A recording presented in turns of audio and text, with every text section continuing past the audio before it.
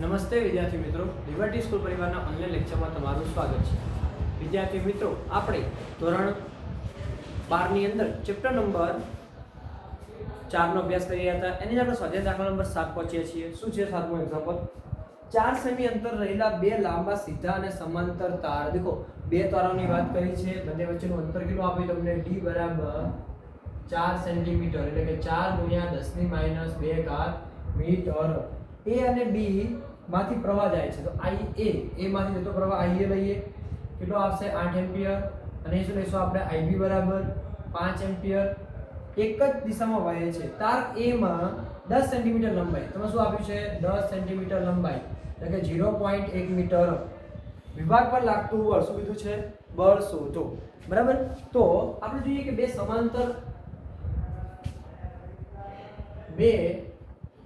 સમાંતર પ્રવાહધારિત તાર વચ્ચે લાગતું બળ.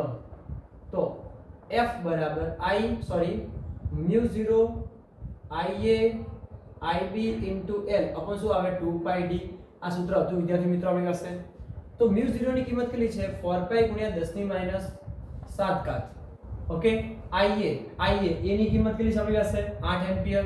B ની કિંમત કેટલી છે આપણી પાસે? 5 એમ્પિયર. L ની કિંમત કેટલી છે? 0.1 અપન 2π ના 2π ગુણ્યા 4 ગુણ્યા શું છે આપણી પાસે? 10 ની માઈનસ 2 ઘાત. અહીંથી 2π કેન્સલ એટલે શું આવશે? 2. 4 દુ 8 એટલે ઉપર કેટલા આવશે? 2 આવશે. 5 દુ 10 10 દુ 20 20 ગુણ્યા કરશો શું આવશે? 0.2 એટલે કે 2 ગુણ્યા 10 ની માઈનસ 5 ઘાત ટેસ્લા ન્યૂટન. તો કેટલું બળ લાગશે? F બરાબર 2 ગુણ્યા 10 ની માઈનસ 5 ઘાત. अब બળ કઈ તરફ હશે? તો જોવા જઈએ તો કોના દ્વારા લાગે છે? B દ્વારા A પર. કોના દ્વારા લાગે છે? B દ્વારા A પર લાગતું બળ છે એક. અને તો બળની દિશા A થી B તરફની આકર્ષી બળ કેવું હશે? આકર્ષી બળ હશે. મળે. કેમ આકર્ષી બળ લખ્યું વિદ્યાર્થી મિત્રો? કેમ કે બંનેના જે પ્રવાહો છે એક જ દિશામાં કેવા છે? એક જ દિશામાં હોવાના કારણે. તો તમારો જવાબ આવશે. હવે આપણે એક્ઝામ્પલ નંબર જોઈશું 8. બરાબર. AB એવો જ છે. તો સ્વાધ્યાયનો 8મો એક્ઝામ્પલ આપણે જોઈશું. શું કહે છે તમને? 80 સેન્ટીમીટર લંબાઈના એક સોલેનોઇડ, તમને લંબાઈ આપી છે. તો L બરાબર 80 સેન્ટીમીટર એટલે કે 0.8 મીટર. સોલેનોઇડ પર પાસે દરેક 400 આંટા વાળા કેટલા છે? N બરાબર 400 આંટા. 5 આવરણ કેટલા છે? દેખો, એક આવરણમાં 400 આંટા છે. એવા કેવા આવરણ છે? 5. તો કેટલા વડે ગુણી દેશું? 5 વડે ગુણી દેશું તો કુલ કેટલા થશે? 2000. કેટલા થશે? 2000 આંટા થશે. સોલિનોઇડનો વ્યાસ આપ્યો. વ્યાસનો કોઈ મતલબ નથી પણ લખી દઈએ 1.8 સેન્ટીમીટર. બરાબર. અને પ્રવાહ આપ્યો છે I બરાબર 8 એમ્પિયર. તો સોલિનોઇડના કેન્દ્રમાં ચુંબકીય ક્ષેત્ર કેટલું? તો સિમ્પલ વસ્તુ છે. સોલિનોઇડના કેન્દ્રમાં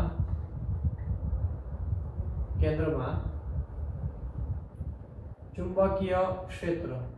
તો આપણે શું મળશે? B બરાબર મ્યુ 0 Ni. કયું મળશે? B બરાબર મ્યુ 0 Ni. તો મ્યુ 0 આ n શું છે? તો એકમ લંબાઈની આંટાની સંખ્યા. એટલા માટે આપણે આંટા કેટલા વડે ભાગવા પડશે? લંબાઈ વડે ભાગવા પડશે. I ના I. મ્યુ 0 ની કિંમત 4π ગુણ્યા 10 ની માઈનસ 7 ઘાત. n કેટલા છે આપણી પાસે? 2000. I ની કિંમત કેટલી છે આપણી પાસે? 8. અને L ની કિંમત કેટલી છે આપણી પાસે? 0.8. બરાબર. ચલો આનો હિસાબ પાછો તમને જવાબ મળશે અંદાજિત 2.5. કેટલું મળશે તમને? 2.5 ગુણ્યા 10 ની માઈનસ 2 ઘાત ટેસ્લા. શું મળશે? ટેસ્લા. આ તમારો જવાબ. ઓકે વિદ્યાર્થી મિત્રો, આટલો જવાબ તમને મળી જશે એક. અને હવે વિદ્યાર્થી મિત્રો થોડું જોવા જઈએ તો આપણે હવે સ્વાધ્યાયનો જોઈ લઈએ ભેગો 9મો એક્ઝામ્પલ. ચલો સ્વાધ્યાયનો 9મો એક્ઝામ્પલ તમને શું કહે છે? 10 સેન્ટીમીટર બાજુવાળા એક ચોરસ. બરાબર. તમને ચોરસની લંબાઈ આપી છે. કેટલી આપી છે? 10 સેન્ટીમીટર. એટલે કે એ શું થશે? 0.1 મીટર. શું થશે? 0.1 મીટર. બરાબર. 20 આંટા. તો m બરાબર તમને શું આપ્યું છે? 20. શું આપ્યું છે? 20 આપ્યું છે. પ્રવાહ I બરાબર તમને કેટલા આપ્યા છે તો કે 12 એમ્પિયર. શું આપ્યું છે 12 એમ્પિયર. આ ગ્રુપનું સિરિયલોમે લટકાવેલું છે અને ગુંચલાના સમતલને લંબ સાથે લંબ 0.80 ટેસ્લા એટલે ચુંબકીય ક્ષેત્ર આપ્યું 0.8 ટેસ્લા અને 30 ડિગ્રીનો ખૂણો થીટા બરાબર કેટલું છે 30 ડિગ્રી. હવે તમારે ટોર્ક શું શોધવાનું છે ટોર્ક. તો ગુંચલા પર લાગતું ટોર્ક. તો ટોર્ક બરાબર શું થાય રહેશે તો m ક્રોસ b. આ સૂત્ર હતું. m ની કિંમત મૂકો શું થાય n i a. અહીંયા b નો b અને શું આવશે sin થીટા. ચલો n ની કિંમત કેટલી છે વિદ્યાર્થી મિત્રો 20. હવે i ની કિંમત કેટલી છે આપણી પાસે 12. કેટલી છે 12. પણ એ ક્યાં છે ક્ષેત્રફળ તો એ શું છે ચોરસ. ચોરસનું ક્ષેત્રફળ શું થાય તો l². તો 0.1 નો વર્ગ. શું થશે 0.1 નો વર્ગ કરશો એટલે 0.1 નો વર્ગ થશે 0.001 મીટર સ્ક્વેર. શું આવશે 0.01 મીટર સ્ક્વેર તમારો જવાબ આવે છે અહીંયા કને. આ વસ્તુ થોડું ધ્યાન રાખી દઈશું અહીંયા કને બરાબર. 0.01 શું આવશે મીટર સ્ક્વેર જેટલો તમારો જવાબ આવશે અહીંયા કને. આ ક્ષેત્રફળ શું છે આનું ક્ષેત્રફળ a બરાબર. તો a ની કિંમત શું આવશે આપણા 0.01. ચલો b ની કિંમત કેટલી આવશે વિદ્યાર્થી મિત્રો b કેટલા છે કે 0.8 ગુણ્યા અહીંયા કને થીટા તો sin 30. શું છે sin 30. આખો જવાબ મારો sin 30 ની કિંમત શું હશે 1/2. જો લખવું તો આપણે લખી શકીએ આ રીતે 20 ગુણ્યા 12 ગુણ્યા 0.01 ગુણ્યા 0.8 ગુણ્યા 1/2. ઓકે તમારો હિસાબ મારો તો ટોર્કની કિંમત તમારી આવશે 0.96. તો ટોર્ક બરાબર 0.96 ન્યૂટન ઇન્ટુ મીટર. ઓકે તો આટલો જવાબ તમને મળે છે. આ શું છે તમારા માટે જવાબ. ઓકે તો 3 એક્ઝામ્પલ છે 7મો 8મો અને 9મો. ચલો ફટાફટ લખી દઈશું પછી આપણે આગળ જોઈએ.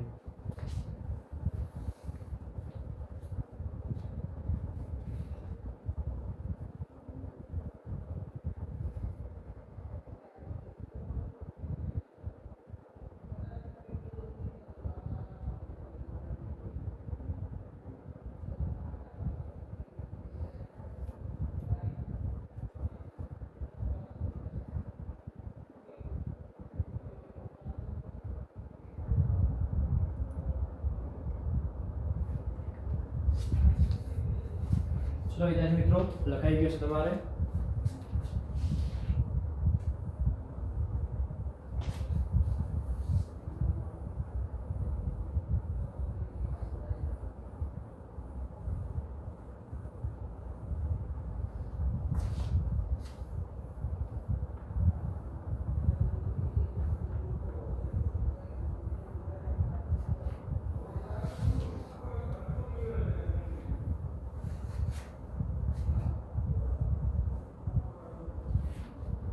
ઓકે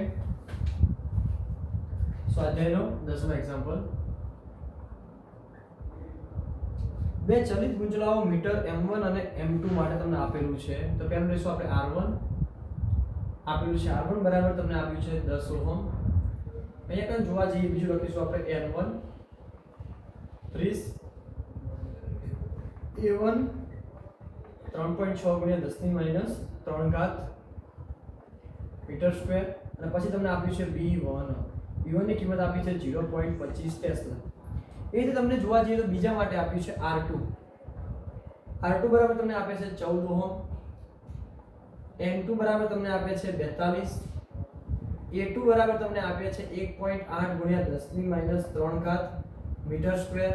અને ચલો b2 બરાબર આપે છે તમને 0.50 ટેસ્લા. m2 અને m1 માટે છે આ બધું. તો વિદ્યુત પ્રવાહ સંવેદિતાનો ગુણોત્તર અને વોલ્ટેજ સંવેદિતાનો ગુણોત્તર શોધવાનો છે. તો પહેલા આપણે જોઈએ કે આ કિંમતો આપી છે. તમે જો જાણ્યું હશે કે પ્રવાહ સંવેદિતા નું સૂત્ર શું છે. તો પ્રવાહ સંવેદિતા બરાબર શું લખાય છે કને આપણી પાસે તો NAB અપોન શું આવશે K. K શું હતો અચળાંક. એ જ રીતે આપણા માટે છે વોલ્ટેજ સંવેદિતા. શું છે વોલ્ટેજ સંવેદિતા. શું છે આપણી પાસે NAB અપોન K ઇન્ટુ શું આવશે R.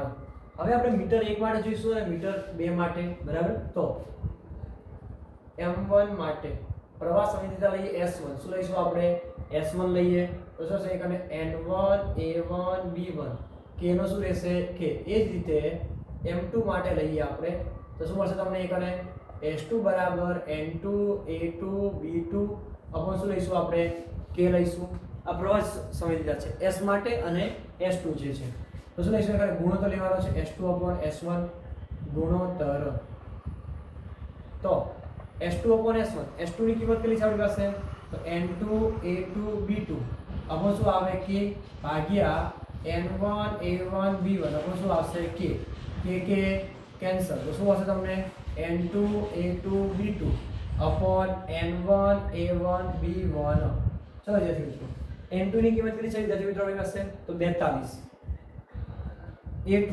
A2 ની કિંમત કેટલી છે આપણી પાસે A2 તો 1.8 ગુણ્યા 10 ની માઈનસ 3 ઘાત B2 ની કિંમત કેટલી છે કે 0.5 ભાગ્યા N1 ની કિંમત કેટલી છે આપણી પાસે 30 બરાબર પેલાની કિંમત કેટલી છે 3.6 ગુણ્યા 10 ની માઈનસ 3 ઘાત અને આની કિંમત કેટલી છે 0.25 ટેસ્લા ઓકે હવે જોવા જઈએ વિદ્યાર્થી મિત્રો એક જો 18 દુ કેટલા થશે 36 આ બંને કાઢીથી કેન્સલ અહીંયાથી આટલું ઉડી જશે એટલે કેટલા વધશે નીચે 2 અહીંયાથી આ કેન્સલ કરશો ઉપર કેટલા વધશે 2 કેન્સલ 0 કાપશો શું આવશે 4.2 14 શું થાય 42 એટલે કે S2 S1 બરાબર કેટલા મળશે 1.4 કેટલું મળશે 1.4 ઓકે હવે શું લઈશું આપણે વોલ્ટેજ આ શું હતું આપણા માટે પ્રવાહ સંવેદિતા શું હતું આખું પ્રવાહ સંવેદિતા હવે આપણે શા માટે જોઈશું આપણે વોલ્ટેજ સંવેદિતા શું જોઈશું આપણે વોલ્ટેજ સંવેદિતા તો ફરીથી કોના માટે જોઈશું આપણે M1 માટે જોઈશું આવશે એક અને S1 પણ N1 A1 B1 upon k into શું હશે R1 શું આવશે R1 કેમ સૂત્ર તમે જોઈ શકો છો એ જ રીતે આપણે શેના માટે જોઈશું આપણે M2 માટે શું લઈ શકાય S2 N2 A2 B2 upon શું આવશે k R2 શું આવશે k R2 હવે આપણે શું લઈશું ગુણોત્તર શું લઈશું આપણે ગુણોત્તર તો ગુણોત્તર તમને કેટલો મળશે S2 S1 S2 ની કિંમત કેટલી છે N2 A2 B2 upon શું છે KR2 upon એ શું આવશે N1 A1 B1 upon શું આવશે KR1 K1 કેન્સલ હવે જ્યારે મિત્રો થોડું ધ્યાન અહીં રાખીશું આ વસ્તુ છે R1 ક્યાં જશે ઉપર R2 ક્યાં આવશે નીચે એટલે તમને શું મળશે ગુણોત્તરમાં એક અને N2 A2 B2 into R1 શું આવશે R1 ઉપર જશે એ જ રીતે નીચે A1 ઓકે N1 B1 ને શું આવશે R2 ખાલી કિંમત મૂકવાની છે આપણી પાસે જે કિંમતો છે એ પ્રકારની જ કિંમતો છે આમ જો 1.4 ગુણોત્તર આવી જશે બરાબર આની આખી કિંમત મૂકીએ શું આવે ડાયરેક્ટલી 1.4 કેટલું આવશે 1.4 ખાલી R1 ની કિંમત મૂકો R1 ની કિંમત કેટલી છે આપણી પાસે 14 અને R2 ની કિંમત કેટલી છે આપણી પાસે 10 14 અને ગુણાકાર કરો 14 નું વર્ગ કેટલો થશે એક અને 96 196 અહીંયા થશે અને 196 ભાગ્યા તમે કરશો બરાબર એક અને જવાબની અંદર તમારે કેટલો મળી જશે એક અને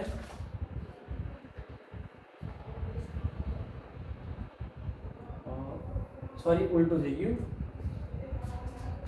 અહીંયા કેટલા આવશે 10 અહીંયા કેટલા આવશે 14 આ થશે 14 ભાગ્યા 14 કેટલા આવશે 1 શું આવશે 1 તો આ જવાબ મળી જશે બરાબર વોલ્ટેજ સંવેદિતા માટે ચલો યાર મિત્રો ફટાફટ લખી દઈશું પછી આપણે આગળ જોઈએ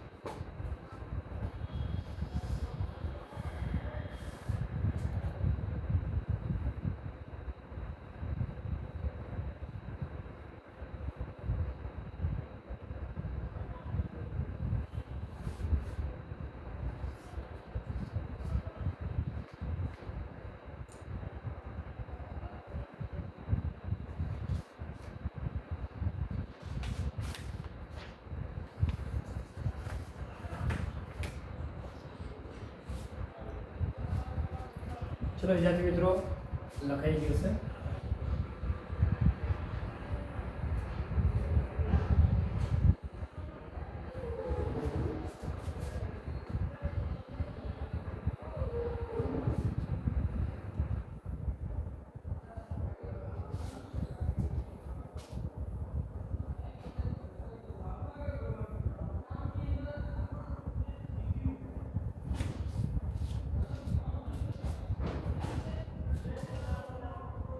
હવે આગળ વધીએ. 11મો પ્રશ્ન થોડો સારો છે, જોઈશું.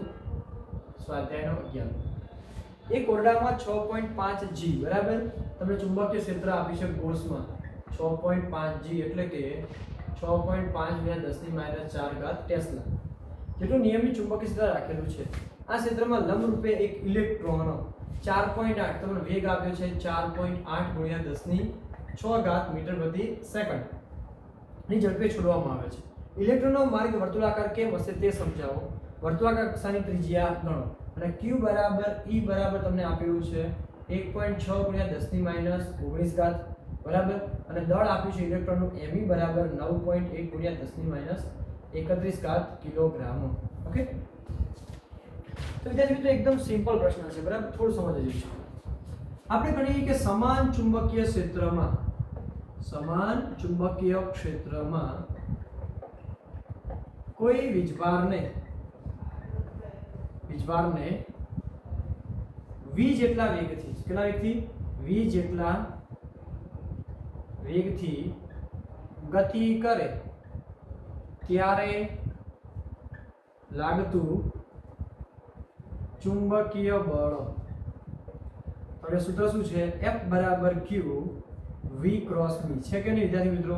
અહીં શું કે F q v b sin θ. પણ અહીંયા જે ઇલેક્ટ્રોન જે છે બરાબર, ઇલેક્ટ્રોન અહીંયા સમજીશું મિત્રો. અહીંયા કને આપણે શું લેશું? q = e. શું લેશું? q = e. તો θ બરાબર કેટલા લેવાના છે? 90. કેમ?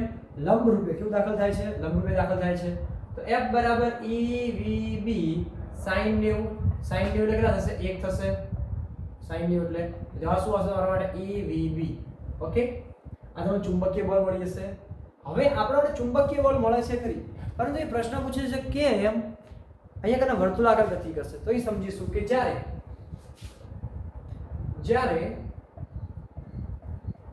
કોઈ વીજભાર ચુંબકીય ક્ષેત્રમાં લંબ રૂપે દાખલ થાય છે ત્યારે તેના પર લાગતું ચુંબકીય બળ એ કેન્દ્રગામી બળ વડે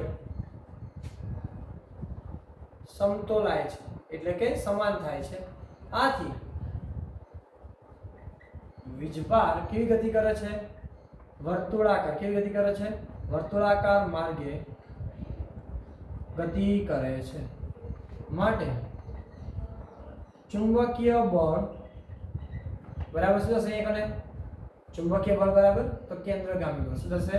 કેન્દ્રગામી બળ. ચલો, ચુંબકીય બળ શું છે આપણી પાસે? EVB. અને કેન્દ્રગામી બળ એટલે કે mv² / r. અહીંયાથી આ રીતે કેમ કેન્સલ, r ને લઈ જાઓ ઉપર તો mv / શું થશે? EB. શું થશે? mv / EB. ઓકે, હવે આપણી પાસે કિંમત છે 9.1 m એટલે કે ઇલેક્ટ્રોન બળ 1 × 10⁻31 9.1 × 10⁻31 v કેટલો છે વેગ અહીંયા કને?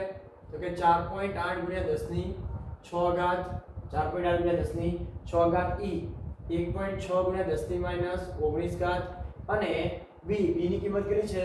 તો કે 6.5 × 10⁻⁴. ઓકે, r બરાબર કેટલો જવાબ આવે છે? તો ત્રિજ્યા તમે જોશો તો ત્રિજ્યાનો જવાબ મળશે અહીંયા કને 4.2. કેટલું મળશે? 4.2 અને ગુણ્યા 10⁻² મીટર. લખો સેન્ટીમીટર લખાય તો કે 4.2 સેન્ટીમીટર. ઓકે, આ તમારો જવાબ. તો એકદમ સિમ્પલ પ્રશ્ન છે, થિયરી વાળો તો એ જ પ્રશ્ન છે, આમાં કંઈ નવું છે નહીં. ઓકે, ચલો ફટાફટ લખી દઈશું, પછી આપણે આગળ જોઈએ.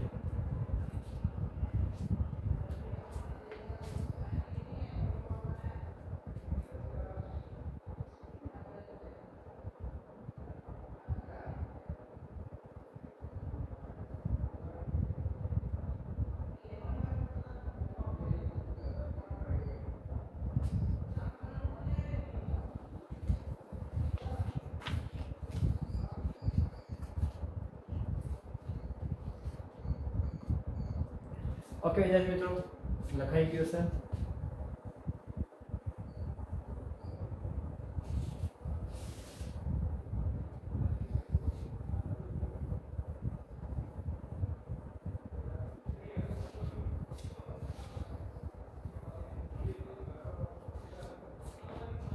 ચલો તમે શું કહે છે આગળ 12મા પ્રશ્નની અંદર સ્વાધ્યાય 4.11 ના વર્તુળાકાર કક્ષામાં ઇલેક્ટ્રોનના ભ્રમણની આવૃત્તિ જે ઉપરનો દાખલો હતો એને ખાલી આવૃત્તિ આપણે શોધવાની છે તો શું થઈ શકશે અહીંયા કને આપણે શું લખીશું ડાયરેક્ટ કે ચુંબકીય ક્ષેત્રમાં વીજભારને દાખલ કરતા આપણને ખબર છે કે ચુંબકીય ક્ષેત્ર ચુંબકીય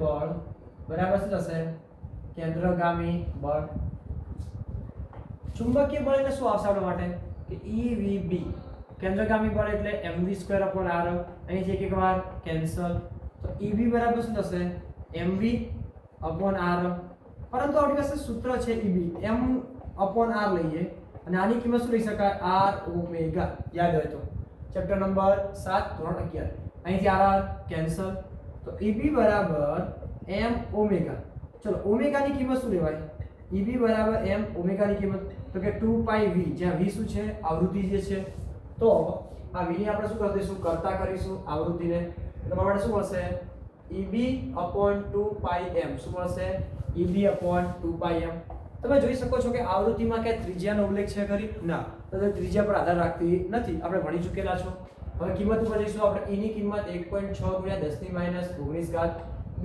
ની કિંમત કેટલી છે આપણી પાસે 6.5 × 10⁻4 ઘાત ઓકે 2 × 3.14 × 9.1 × 10⁻31 ઘાત જવાબ આવે 18.18 × 10⁶ ઘાત હર્ટ્ઝ લખું શું લખી શકાય 18.18 મેગાહર્ટ્ઝ શું લખાય મેગાહર્ટ્ઝ આ તમારો જવાબ આવૃત્તિ લખાય વીજભારની આવૃત્તિ તેના ગતિ માર્ગની ત્રિજ્યા પર આધાર રાખતી નથી ત્રિજ્યા પર આધાર રાખશે નહીં ઓકે એકદમ સિમ્પલ વસ્તુ છે આપણે બધું ભણી ચૂકેલા છો બરાબર ચુંબકીય ક્ષેત્રની થિયરી સાયક્લોટ્રોન પહેલાની એની અંદર જ છે ચલો ફટાફટ લખી દઈશું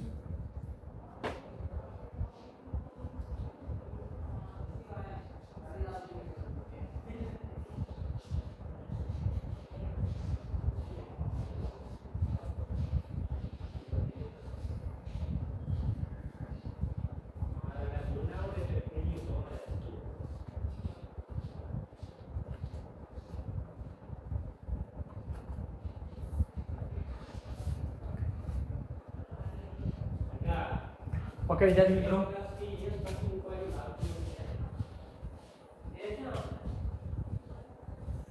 લખાઈ ગયો છે હવે આપણે એક્ઝામ્પલ કરતી આ તમારો લાસ્ટ એક્ઝામ્પલ રહેશે કારણ એવું છે અંદર ટોટલ જોવા જઈએ તો એક્ઝામ્પલ આ બુકની અંદર સ્વાધ્યાયની અંદર ટોટલી એક્ઝામ્પલ હતા 28 કેટલા હતા 28 જેવા પરંતુ ગવર્મેન્ટને જોવા જઈએ તો આપણે જે નવો સિલેબસ આવ્યો છે એક્ઝામ્પલને કેન્સલ કર્યા છે આમ તો 26 છે સોરી 28 થી 26 એક્ઝામ્પલ છે હવે 13 સુધી ગણવાના છે 13 પછી જે 14મા એક્ઝામ્પલથી કેન્સલ કરેલા શું કરેલા છે કેન્સલ એટલે આપણે વધારે એનો લોડ લઈશું નહીં હા પછી જરૂર પડશે કારણ કે સિલેબસ આપણો કમ્પ્લીટ થઈ ગયા છે ને આપણે નીટના ફોકસથી કરવું હશે તો આપણે પછી એને કેલ્ક્યુલેટરમાં લઈશું બરાબર તો હાલમાં ધ્યાનમાં આપણે લેતા નથી ઓકે તો સ્વાધ્યાયનો 13મો એક્ઝામ્પલ આ લાસ્ટ એક્ઝામ્પલ તમારા માટે રહેશે એ બરાબર 1 ટેસ્લા જેટલા નિયમિત સમશુદ્ધિ ચુંબકીય ક્ષેત્ર બરાબર તો b બરાબર આપ્યું છે 1 ટેસ્લા આમાં 8 સેન્ટીમીટરની ત્રિજ્યા આપી છે તો r બરાબર 8 સેન્ટીમીટર r × 10⁻2 ઘાત મીટર આટા આપે છે n બરાબર 30 અને એમ્પિયર આપે છે i બરાબર 6 એમ્પિયર બરાબર અને ખૂણો આપે છે θ બરાબર 60 ડિગ્રી તો પેલો કે ગુંચલાના આવર્તન ન થાય તે માટે તેના પર લગાડવા જરૂરી વિરુદ્ધ દિશામાં ટોર્ક તો આ લખીએ ચુંબકીય ક્ષેત્રને કારણે લાગતું ટોર્ક શું લઈએ છે ટોર્ક તો ટોર્ક બરાબર શું થશે આપણી પાસે સૂત્ર છે m×b લઈએ ટોર્ક બરાબર શું લઈ શકાય NIAB શું લેવાય sin θ ઓકે n ની કિંમત કેટલી છે આપણી પાસે વિદ્યાર્થી મિત્રો 35 i ની કિંમત કેટલી છે 6 a ની કિંમત હવે એ શું થશે એક ગુંચરું વર્તુળાકાર છે બરાબર તો શું આવશે એકને પાઈ r સ્ક્વેર b નો b રહેશે અહીંયા કને b ની કિંમત કેટલી છે 1 અને શું થશે sin 60 ઓકે ચલો 30 ગુણ્યા 6 પાઈ ની કિંમત 3.14 r એટલે કેટલા થશે એકને 8 ગુણ્યા 10 ની માઈનસ 2 ઘાતનો વર્ગ 1 નો 1 ઉડી ગયું તો શું આવશે વર્ગમૂળમાં 3 ભાગ્યા 2 ઓકે આનો આખો હિસાબ મારી નજરમાં ટોર્ક બરાબર કેટલા મળશે તો ટોર્ક બરાબર કિંમત આવે છે તમારી પાસે 3.133 ગુણ્યા ન્યૂટન ઇન્ટુ મીટર આ તમારો જવાબ 3.133 ન્યૂટન ઇન્ટુ મીટર હવે આની આ તો એ હતો કયો હતો એ તમને બી પ્રશ્ન પૂછેલો છે એની સાથે જોવા જેવું છે તો તમારે લખવું પડે નીચે એ કને કે આવર્તન ન થાય તે માટે તેની વિરુદ્ધ દિશામાં 3.133 ન્યૂટન ઇન્ટર મીટર જેટલું ટોર્ક લગાડવું પડે ઓકે આપણે બી જોઈ લઈશું અહીંયા કને શું કહે છે જો એમાં દર્શાવેલ ગુંચલાની જગ્યાએ અનિયમિત આકારનું બીજું કોઈ પણ સમતલ ગુંચલું રાખવામાં આવે છે કે જેનું ક્ષેત્રફળ પણ એટલું જ હોય તો તમારો જવાબ બદલાશે બાકી વિગતમાં કોઈ ફેરફાર કરવાનો છે નહીં તો કોઈ પણ જવાબ બદલાશે નહીં ના કારણ કે ગમે તેવા આકારના ગુંચળા માટે ટોર્કનું મૂલ્ય કેવું રહે છે સમાન કેવું રહે છે સમાન રહે છે એટલે કે સૂત્ર લાગુ પડી શકે છે એટલા માટે ઓકે ચલો ફટાફટ લખી દઈશું આટલું વસ્તુ લખવાનું છે